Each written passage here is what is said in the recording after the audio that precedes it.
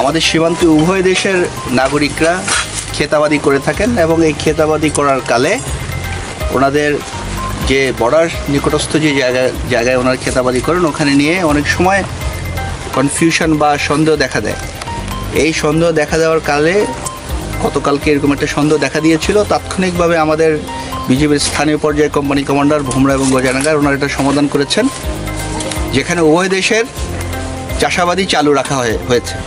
শুধুমাত্র যে অল্প একটু ছোট্ট জায়গায় 10 গজের মতো একটা জায়গায় উভয় দেশেরই, যেটাতে সন্দেহজনকভাবে আমরা উভয় দেশ সন্দেহজনক হওয়ার কারণে উভয় দেশ একমত হয়েছে যে ওখানে আমরা পরবর্তী সার্ভে না করা পর্যন্ত কোনো দেশই ওখানে চাষাবাদ করবে না, উভয় পক্ষের আমাদের স্থানীয় জনসাধারণরা।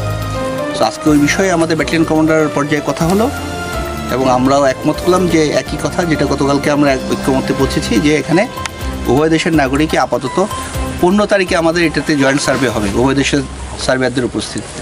আমি 15 তারিখে আজকে 12 তারিখ, 3 দিন পরে সার্ভে হবে। ওইখানে যেটা সিদ্ধান্ত হবে, এবং আপাতত আমরা যেটা বুঝতেছি এখানে 2টা প্যাচ আছে, যেখানে একটা ভারতের একটা বাংলাদেশের। এটা আমরা 15 তারিখে যখন সার্ভে করব এটাই এস্টাবলিশ হবে 15 তারিখে।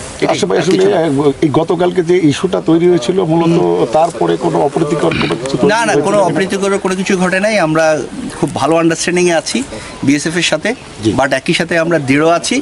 আমাদের শুধু এখানে না, বিজিবি সীমান্তের বাংলাদেশের সাথে ভারত এবং মিয়ানমারের সীমান্তের সর্ব জায়গায় বিজিবি বাংলাদেশের ভূখণ্ড আমাদের অখণ্ডতার রক্ষার জন্য সর্বদা বদ্ধপরিকর এবং এই অনুযায়ী আমরা ব্যবস্থা গ্রহণ করছি।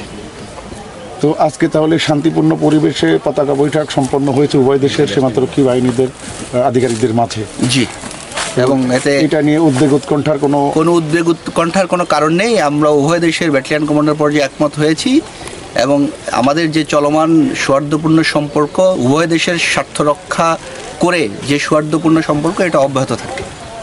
ধন্যবাদ।